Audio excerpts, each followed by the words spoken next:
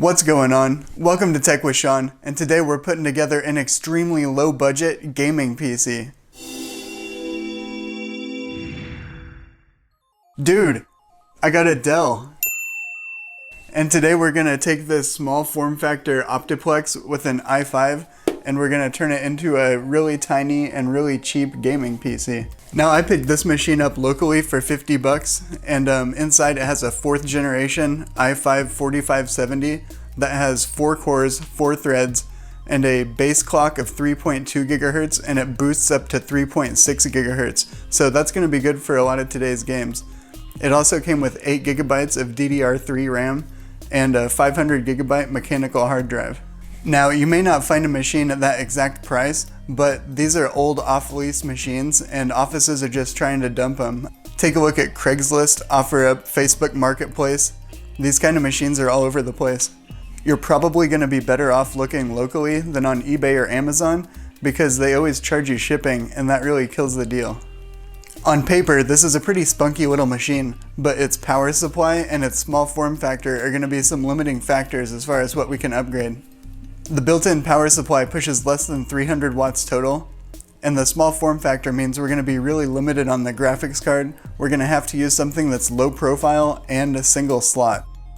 Now, because this was such a cheap system, I'm trying to really do it on a budget. You see a lot of videos where people will do a Frankenstein kind of job with these, and they'll take a bigger power supply, set it outside of the case, and then use PCI riser cables to like hang a graphics card out of it. But that's above the budget of what I'm wanting to spend on it. And I also really like the small form factor and I want to keep everything enclosed in there. So I was deciding what I wanted to do with this, so I took a road trip up to Fry's. We have one right outside Seattle. They have this deal going on. If you sign up for their emails, they send like daily email deals or whatever.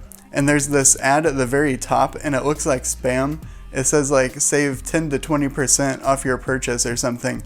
But if you click that, it just gives you a secret word that you tell the greeter, and then they give you this coupon, and it's good for 10 to 20% off your whole purchase. It only did 10% off graphics cards, but that's still a pretty solid deal.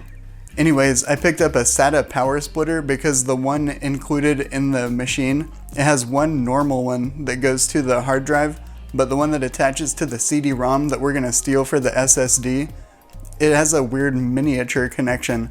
So I'm using a splitter off of the hard drive SATA power to make more of them so I can use one to power the SSD. Then for the graphics card, I picked up a Gigabyte GT 1030. Now I know this isn't the best card out there and I would have really liked to get a 1050 Ti, but because of the single slot height restriction, there's really not a lot I could do. This was a pretty good choice though. It has the GDR5. And we're definitely going to overclock it and we're going to see what it can really do. The SSD we're using is just a 120 gigabyte Kingston one, and it's one I just had on hand. Since we've been blessed by the DRAM gods with lower prices this year, these things go for like $19.99 all day on Amazon, and any of the cheap SSDs are going to perform basically the same. I'll put an affiliate link to it in the description below, along with the other relevant products that we're using in this build. So altogether, we're really just looking at $50 for the Dell, $71 after the coupon for the GT 1030, $5 for the SATA splitter, and like $20 for the SSD. And that brings us in under $150. That's cheaper than a PS4. So let's put this all together and see what it can really do. All right, so let's open this thing up, see what we're working with.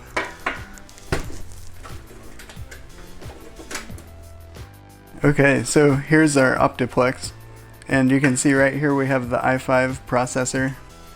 We've got two 4 gigabyte DIMMs of DDR3 in there, so we got 8 gigabytes total. And down here is our lonely little PCI slot with only room for the tiniest card. It also has to be a low profile card, obviously. It has a CD drive, mechanical hard drive. And down here you can see the motherboard only has 2 SATA hookups. So we're gonna have to forego using the CD drive and use the SATA port to hook up our SSD. So yeah, we'll get this all taken apart and install it. I'll probably go ahead and, even though this is pretty clean inside, I'm gonna go ahead and take the cooler off and put fresh thermal paste on there. And yeah, we'll get this thing going.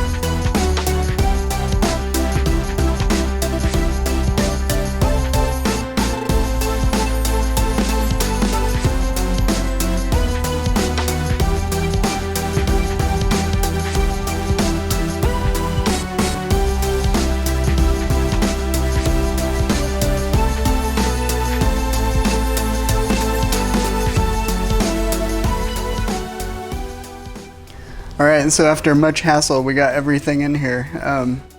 We got our SATA cable, we got the SATA extension giving power to the SSD, we got the mechanical drive hooked up, we got the low profile backplate put on the 1030, and we got it fit in there just barely.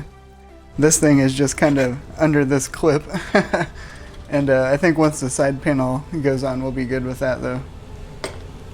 If the side panel goes on.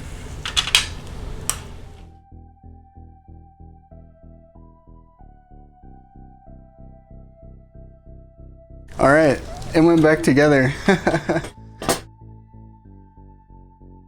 So here we are, we're hooked up, we got our new GPU down here. We got our SSD in there, and now I guess we're just gonna get Windows installed and then see how it runs some games. So yeah, this is the old Windows 7 installation, and I can't log in on it, so I'm just going to go ahead and restart it, and we'll get into the boot menu, so I can tell it to load off the USB installer where I have Windows 10. And this thing is glacially slow on this mechanical hard drive.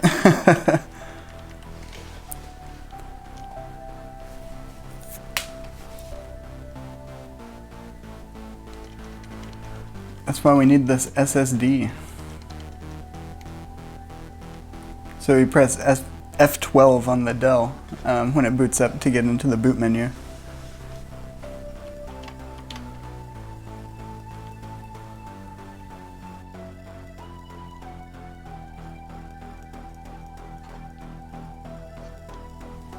And there we go. Now we're going to get Windows 10 installed. If you do this, make sure you use one of the blue USB ports on the back and don't use the front ones, because the blue ones on the back are going to give you USB 3 speeds, and that's going to make your install go faster. Alright, now we're back in here and we're setting up Windows, and on this old Office machine I didn't have access to the old version of Windows 7, but I went ahead and left that disk installed. So I left it in here and I went ahead and installed Windows on my SSD. And so then when I signed in, I didn't sign in with a Microsoft account or anything like that. I hit offline account, and I don't have a key when I activated it. And then since this already had Windows 7, when I installed it, it just kind of automatically activates it with a digital license. So if you buy one of these, leave the old version of Windows installed on there, because like when you have that hard drive, the same RAM, motherboard, processor, there's a good chance that it's just going to go ahead and activate your Windows 10. So that's a tip that can save you a few bucks for sure.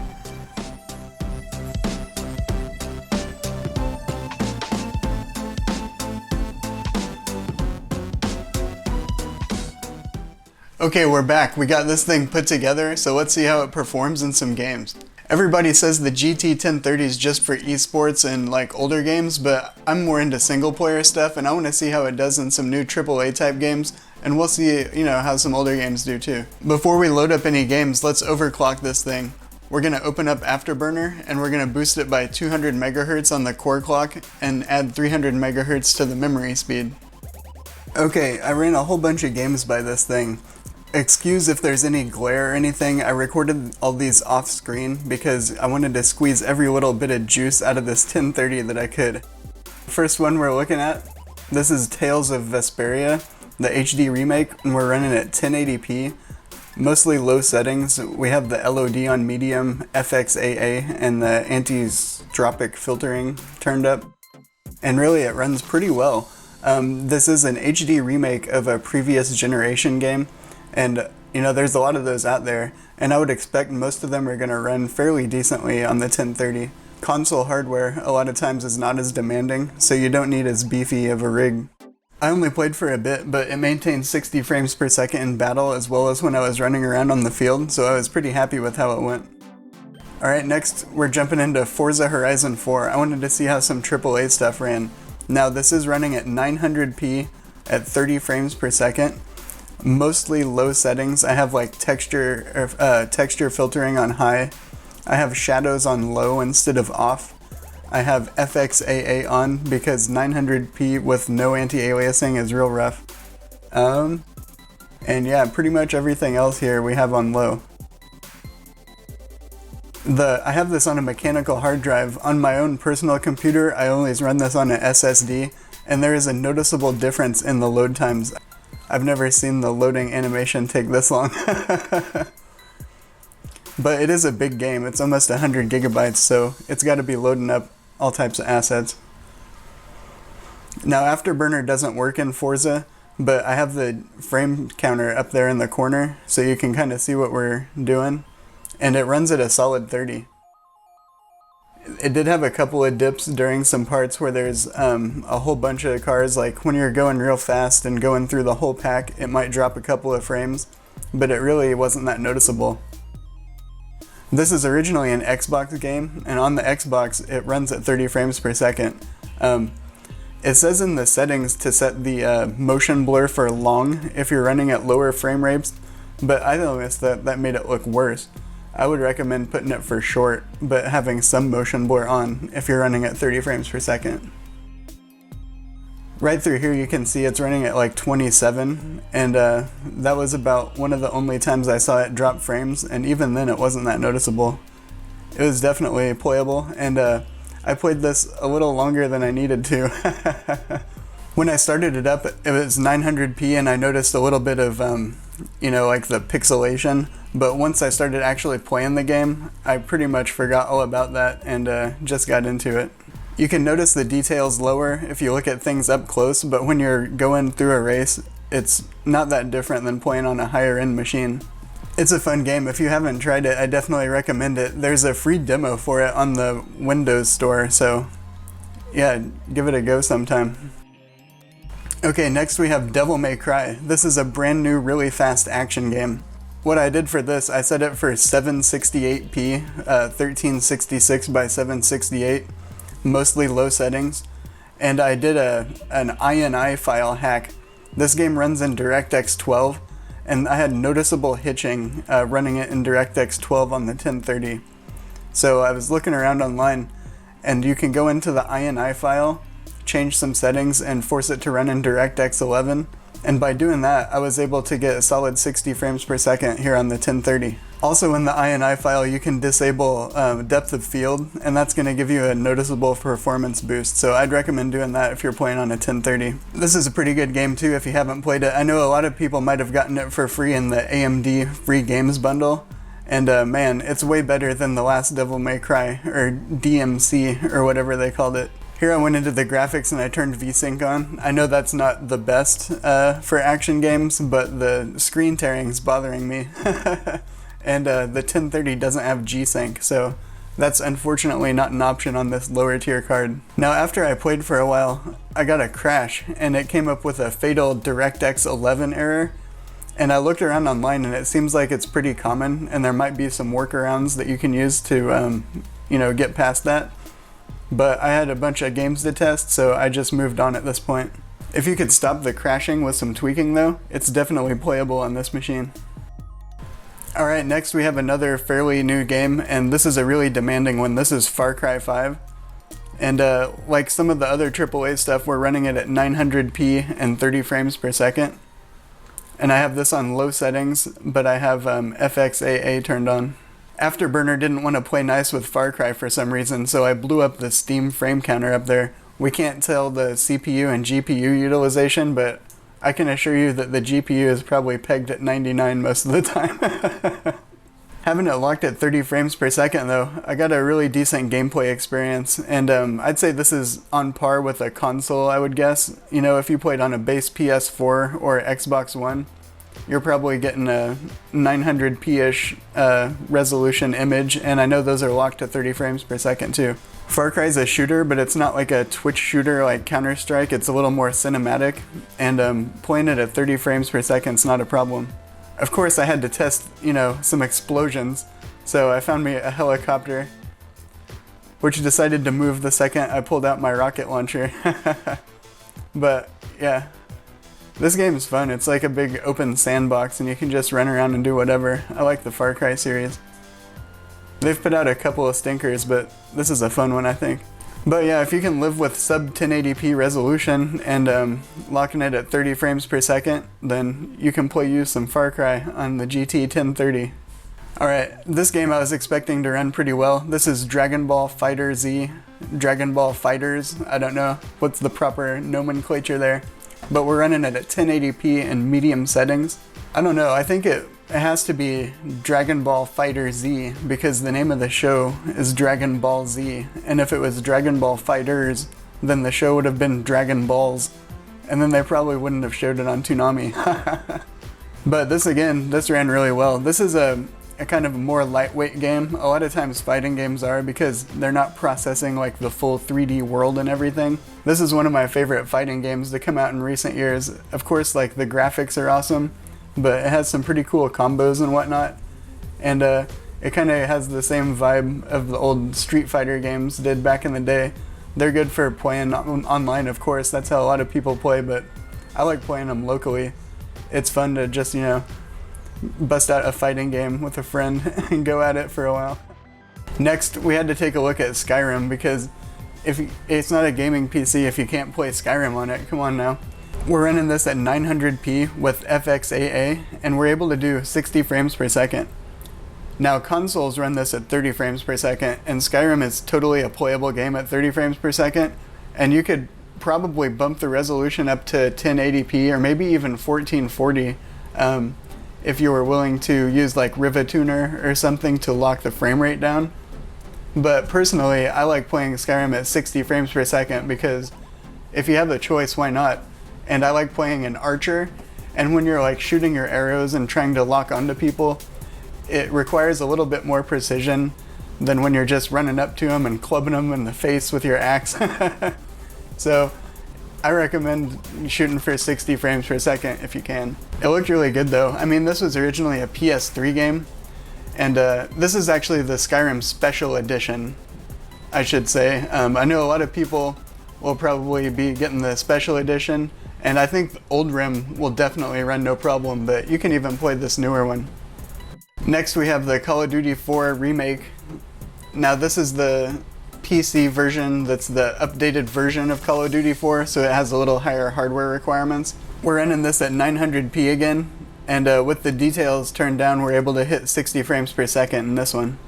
I don't really think you could play Call of Duty at 30 frames per second. There's a difference between some shooters, like Far Cry, yeah, you can do 30, but Call of Duty, you really don't want to. This is a classic shooter though, and it's fun to go back to, so I'm glad that our little office machine can run it. Oof, some of those textures are pretty rough looking down on low. Okay, now we're taking a look at Yakuza 0 for PC. We're running it at 1080p and medium settings, and this does a pretty good job. You can see here we're doing 60 frames per second running around. Kamurocho. I like this game. This is set back in the 80s, so it has a slightly different look than most of the series, which is set in modern day. But there's just a couple dips here and there. Inside and during battle and everything, it ran good also. I got into a fight in the street and died. I got assaulted by men in black, so I'm not going to show that part. But here I am beating up some dudes inside that building, and as you can see, it's doing it flawlessly. You don't want to mess with Kiryu.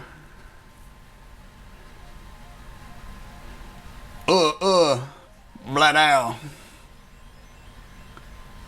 Sayonara. The Yakuza games are kind of like action RPGs where you follow the story and run around the world and do missions and stuff, with the battles being like fights, like brawler fights, so definitely recommend it if you've never checked it out. Next we got a lighter weight game. This is like an esports type title, Rocket League. I just wanted to give it a shot though and see how it ran.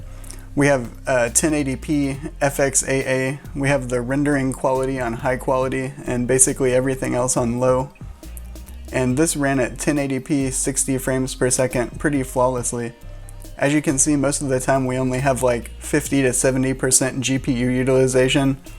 There are some spikes though, and if you turn many of the settings up a lot more, you will have frame drops when those spikes happen. Now, I don't know if this was from a limitation of the VRAM or the GPU itself, but with some settings tweaking, we were able to hit a solid 60 frames per second at 1080p.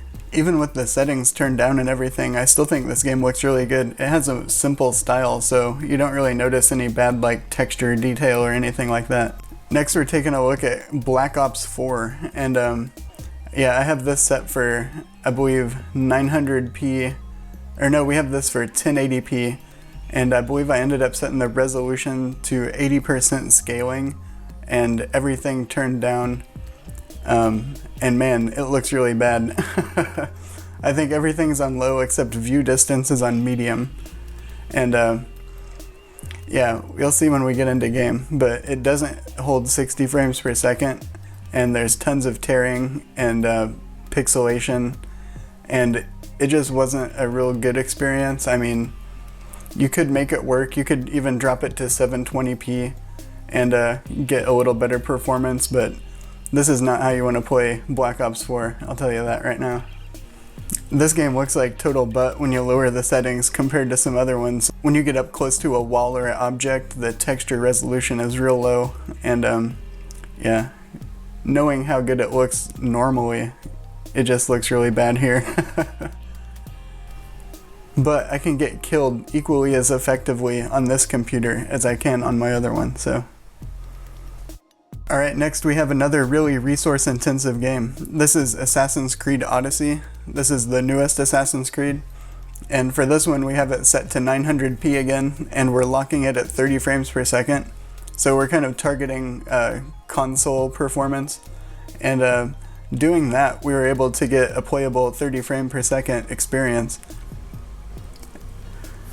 This is a pretty fun game. This is another one where I ended up playing it longer than I needed to. I sat down to play it for 5 minutes and probably ended up putting in half an hour. It's kind of addicting. You just get in there and you have your objectives and whatnot and start taking people out. But this ran pretty well. I didn't really have many noticeable dips at all. The biggest, I would say, drawback I saw was the texture resolution. When you get up close on the rocks and stuff, it looks really bad. But it's really still, it's maxing out the VRAM. If you look up in the settings, right now it's using 1900 megabytes of that 2 gigs, so that's all of it basically. That overclock on the GT 1030 is clutch too. As you can see, we're hitting like 1900 megahertz basically, and out of the clock it's only 1700. And a lot of these games, when I tried running them at the stock clocks, there was a pretty noticeable performance gap. It's almost just the difference between not playable and playable.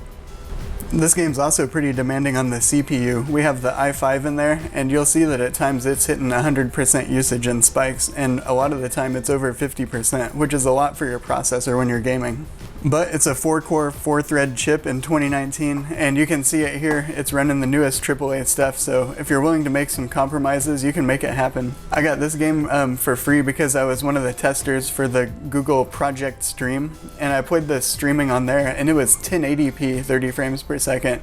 So even though it was higher resolution, I can tell you this is a way better experience than the Google Project Stream or Stadia or whatever they're going to call it.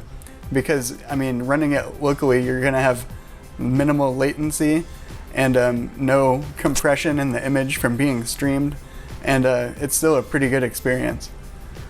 And finally, we had to check out some emulation. So I think Wii U emulation is some of the newest emulation that people are probably doing, and I figure that if you can emulate this, you're not going to have any problem with anything older like PS1 or 2 or whatever else you want to try. So here we have Mario Kart 8. And we're running it at 1440p, 60 frames per second. So our little $70 graphics card doing some 1440p gaming, and you can see up at the top, we're only using a gig of the VRAM, and the GPU is like 80 to 90% in use. So I don't think you could do 4K, but you could definitely do 1080p, and a lot of games like this you're probably even going to be able to do 1440p. Emulation is usually more demanding on the CPU, and it's good to see that the i5 is handling it fairly well. If you try Cemu for Wii U emulation, you may notice some hitching when you first play it, and that's because it caches the shaders as you go. But I did a couple laps first on this to make sure that wasn't going to be a problem. And as you can see here, it's a really smooth experience, even at this high resolution. Alright, overall I was pretty happy with how this little thing performed. It was able to run some stuff at 1080-60 with some tweaks, other things we had to drop to 900p, and the most AAA stuff we had to drop to 30 frames per second. But it was able to deliver at least like a console quality experience. And really for the price, that's all you can really ask for, I think. If you don't have a lot of money to work with, this is definitely a way that you can get into PC gaming, or if you have, you know, a sibling or a kid or, you know, a friend who doesn't have a lot of money and you want to put something together so that you can play some games with them, this is totally a good way to go, and it is saving some parts from the junkyard for at least a few more years. If you like this video, give us a like, drop a comment down below, and yeah, make sure you're subscribed to the channel, and I'll see you in the next tech video.